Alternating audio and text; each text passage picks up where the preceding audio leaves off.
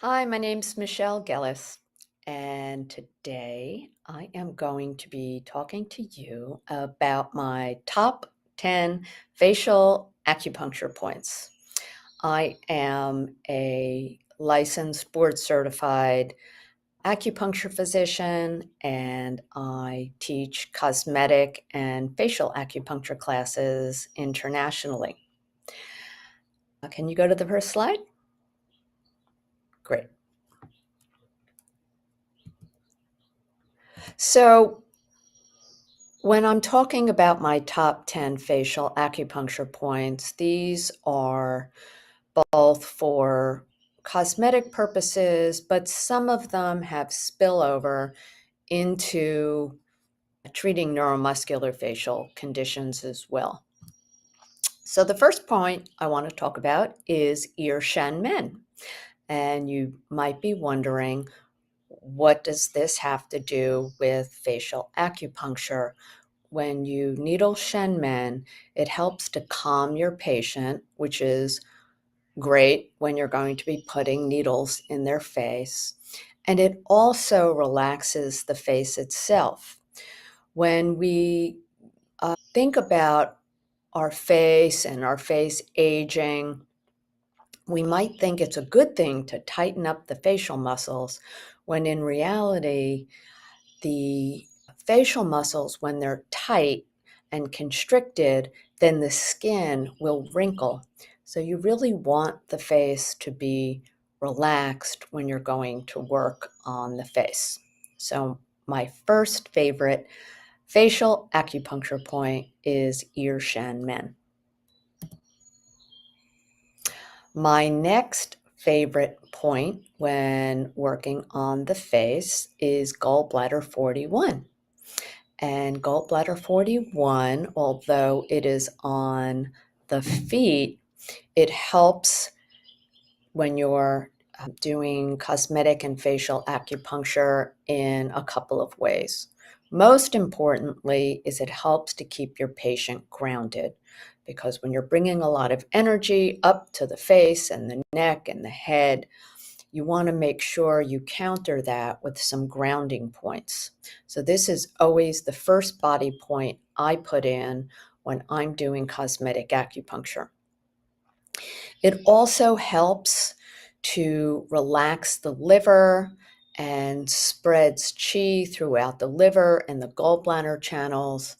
And this will help if your patient is very frustrated or angry, because frustration and anger can cause a lot of constriction in the forehead and cause lines between the eyebrows.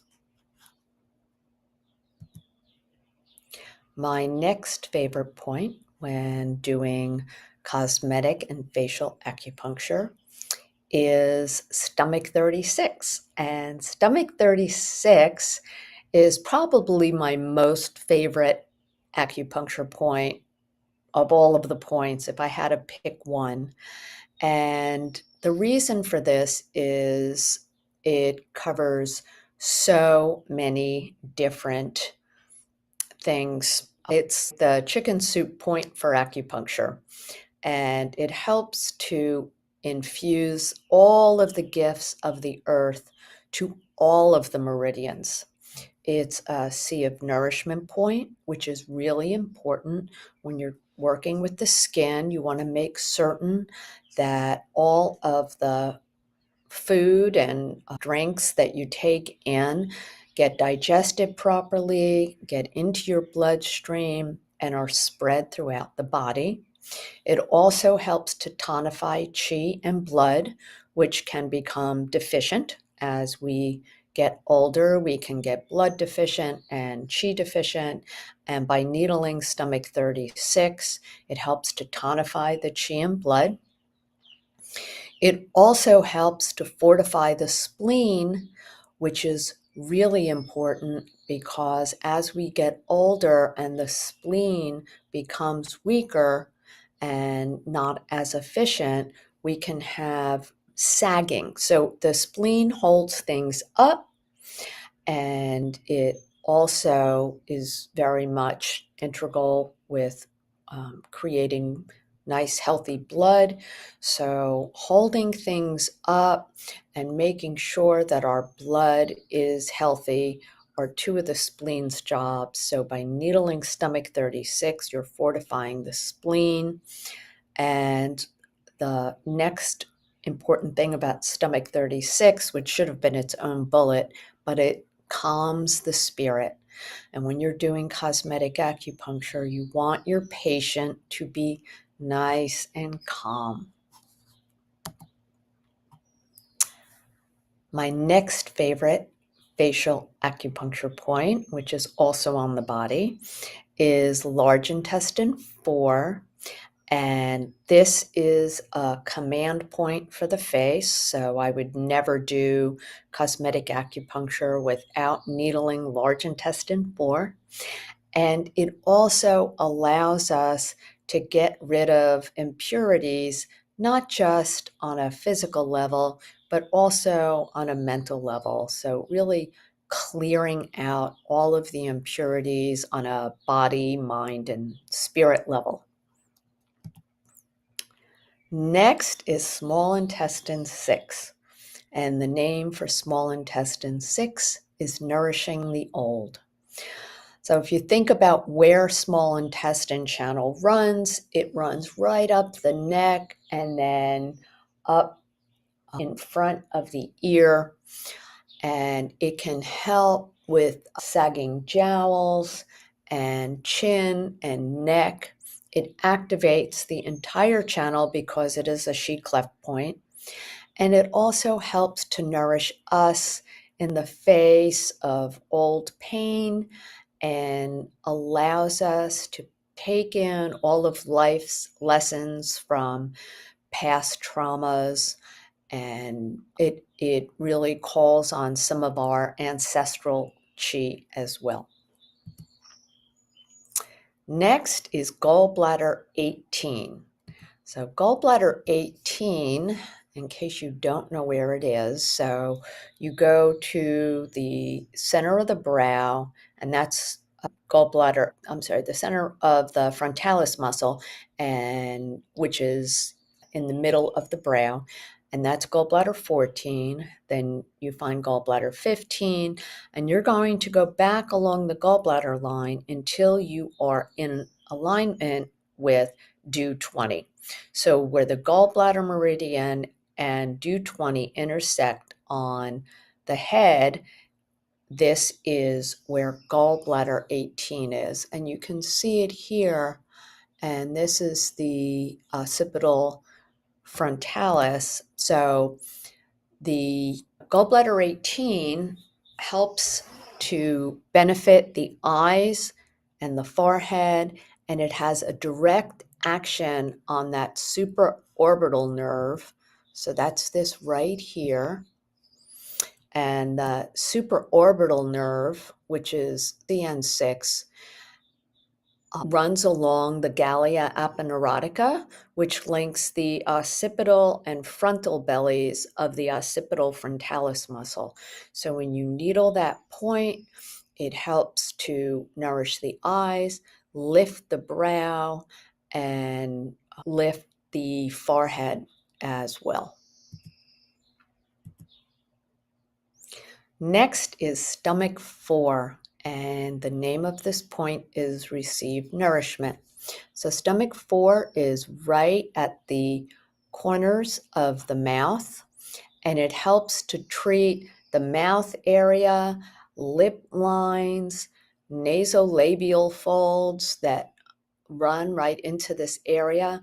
It's also right on the modiolus, which connects the levator muscles on the face, the depressor anguli oris, the rosaris muscle. All of these muscles come together right here at stomach 4. So by needling this point, it helps to relax the depressor anguli oris, which can pull down on the corners of the mouth and make us look unhappy when we are not. Next is small intestine 18, and the name of this point is cheekbone, and very appropriately named. And this helps to lift the cheek area. The way that I like to needle it is I come over the cheek and then I will needle straight up. So I'll go over the cheek, and I like to use tubes when I work on the face.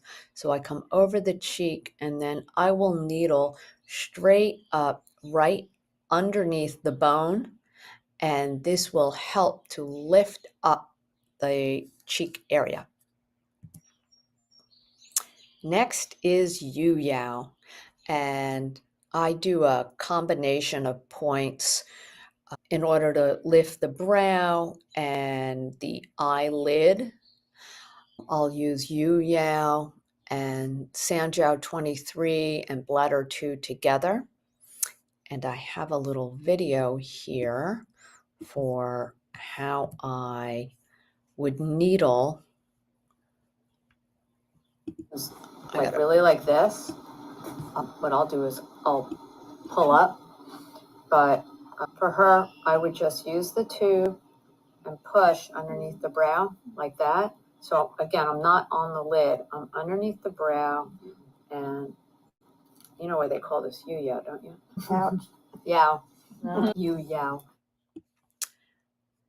So you could see in the video, I like to pull the brow up above the orbital rim, and then I will just push the tube underneath the brow and then push the needle straight up. I use a 1/2 inch needle. I usually put a little arnica gel there because the orbit is very highly vascularized and you don't want to bruise your patient.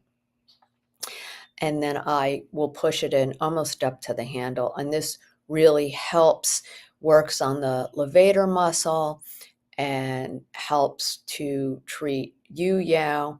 And then by using some supplemental points around the brow and the forehead, it really can help to lift this area, because one of the biggest concerns that my patients have had over the years is that their eyelids are starting to get droopy or their brows are getting droopy.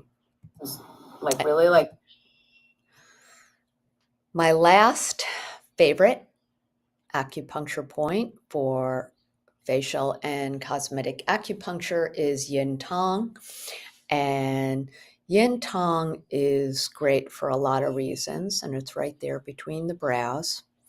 This helps if your patient has any lines between, like wrinkles, deep furrows between their brows. You can use yin tong. And it also helps to relax your patient and spread the qi in this area. It calms the mind, it calms the patient. So this is a great point. I use it on almost everyone, even if they're not coming to me for facial and cosmetic acupuncture. So there you have it, my top 10 favorite acupuncture points for facial acupuncture. And you can follow me on social media, Michelle Gellis on Facebook, Instagram, TikTok, and on LinkedIn. And I also have a Facebook group called Facial Acupuncture, and my website is facialacupunctureclasses.com. I hope you enjoyed this, and thank you to the American Acupuncture Council for providing me with this opportunity to share this with you.